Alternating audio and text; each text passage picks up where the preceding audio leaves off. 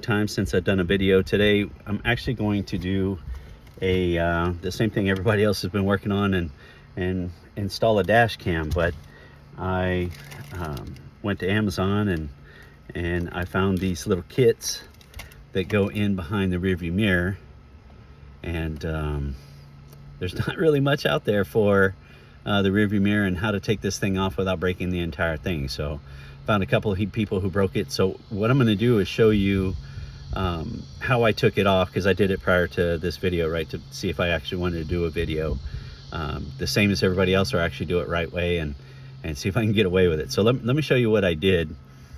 All right, so what I did is I'm going to take this little piece off first. So you snap it up here, right, up at the top.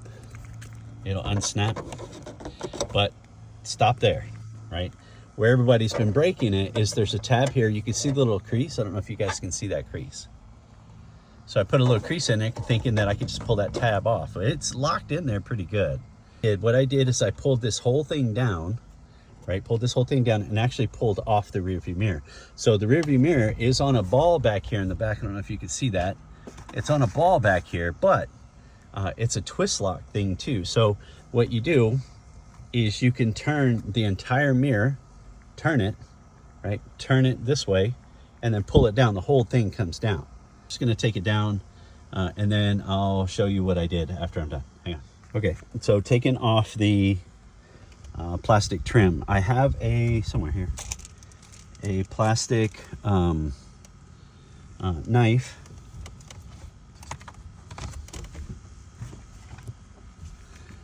This guy. And what I'll do is I'll come here, pop this piece off, right, like that. Do it on this side, right, now it's loose, right? And this piece is loose too, right? This piece is loose too, but it's still got that tab in there and I don't want to break that tab. So let me take this rear view mirror off, and then I'll take this off and I'll show you in just a second. Okay, so I took the mirror off. Got one of the tabs, right? That other tab is still in there. What I'll end up doing is going inside and pushing that tab down. Here, I'll show you just a second. Okay, this is the lock I'm talking about. Right here, you see it up here, and then you see the rear view mirror and the ball that the rear view mirror is on. So all this does is, I don't know if you can see, you see this lock right here, and you see this piece here. So if you align this piece up to this free area at the top, right, so you'll turn it sideways like this and lock it in place. What this does is it gives you full access. So you see the tabs back here in the back, this tab right here and this tab right here. These are the ones that keep breaking off, right? But I should be able to just push them over and down, and I should be able to pop them out without a problem. So let me do that real quick. Okay, and sure enough, here you go. Here's the plastic piece. And notice the tabs are still there. None of them are broken, and everything has been taken apart, right?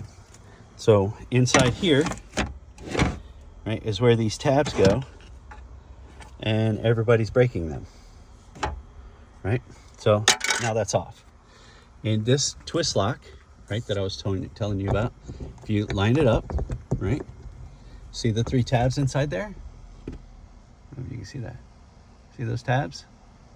You have 1, 2, and then 3 back there in the back. Line them up here.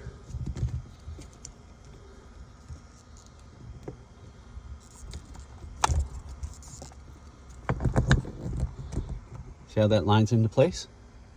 And then if you twist it and lock it, which I can't do one-handed. Okay, so to get it back on, like I said, this piece over here, get this part flat, and then twist it into place, just like that. And then of course, reattach the ball back here in the back.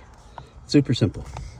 Actually, I say it's super simple, but it was this pain in the butt, really bad pain in the butt. Now, so the whole reason we're here is we're looking for the little 10 pin so that we can plug this guy into, right? So give me just a second, I'm gonna find it. Okay, so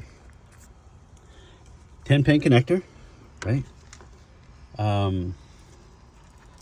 I'll post the link to this guy in the on my channel, but it was like 20 bucks, I think. Not really sure. It came with this guy here. It has 3 different USB. Let me show you here. It has 3 different USB types: USB Mini, USB Mini 2, I think it is, whatever, and then USB-C. My camera is USB-C, so this one I'm going to use. I don't need the other stuff. And then, of course, it came with, mine came with a couple of zip ties, and it came with this handy plastic thing that you've seen me use, you know, plastic pry bar. And yeah, that's, I mean, it's perfect, right, for my camera. So what I'm going to do is take this guy here, and disconnect him, and I'm going to route this cable into it, and then find a way probably on this side here to mount or stick this piece, this USB piece, and then run this USB cable out to plug into my camera that will sit right there.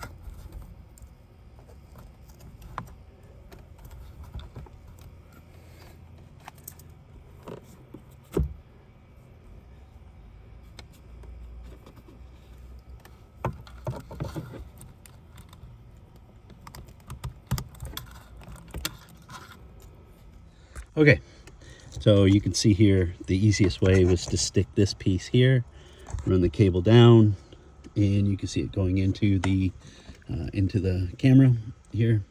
This is for the rear camera that I have mounted. You can probably see it back there, little itty bitty square back there.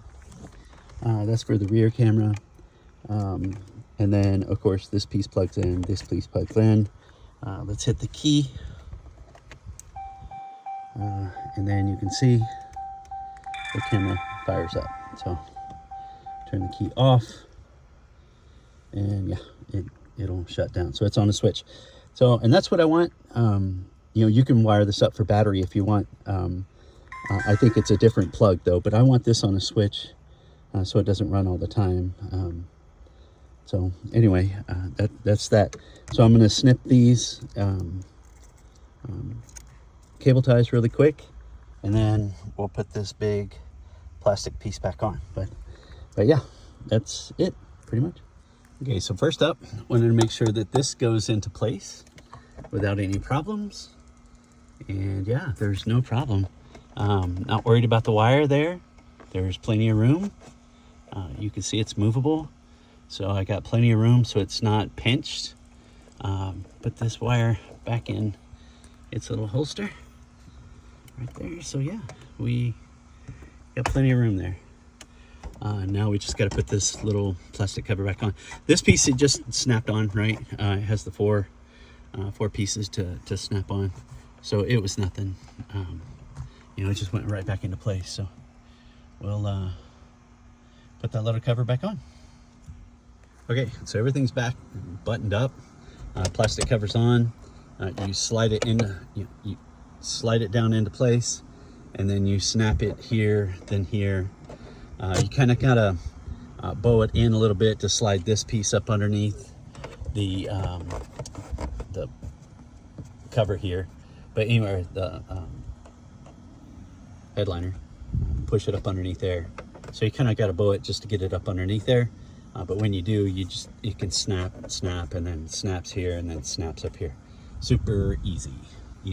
So that's it. That's how you do the dimmer splitter, I guess. I don't know what to call it. It came in this little box, and like I showed you, a couple of zip ties, the plastic, 3 different options, 2 zip ties, the plastic pry bar, which I have run around here somewhere, and yeah, not bad at all. But I'll put the link down in the description.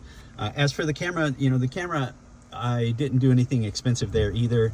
I just like to make sure that I have one, right? Because I lifted truck and people like to pull out in front of me all the time. It's saved me from a couple tickets actually. So, and it's like 60 bucks. This splitter worked fantastic, USB-C. The only thing I wish it did have is a 90 degree. I wish it had one of those instead of the straight down. My camera came with the 90 degree, and this one is just straight down. So, I wish I had that instead. That would have been much better, but it doesn't. And yeah, so, but that's that, man. Installation complete. It works. Everything's good. So let's check it out.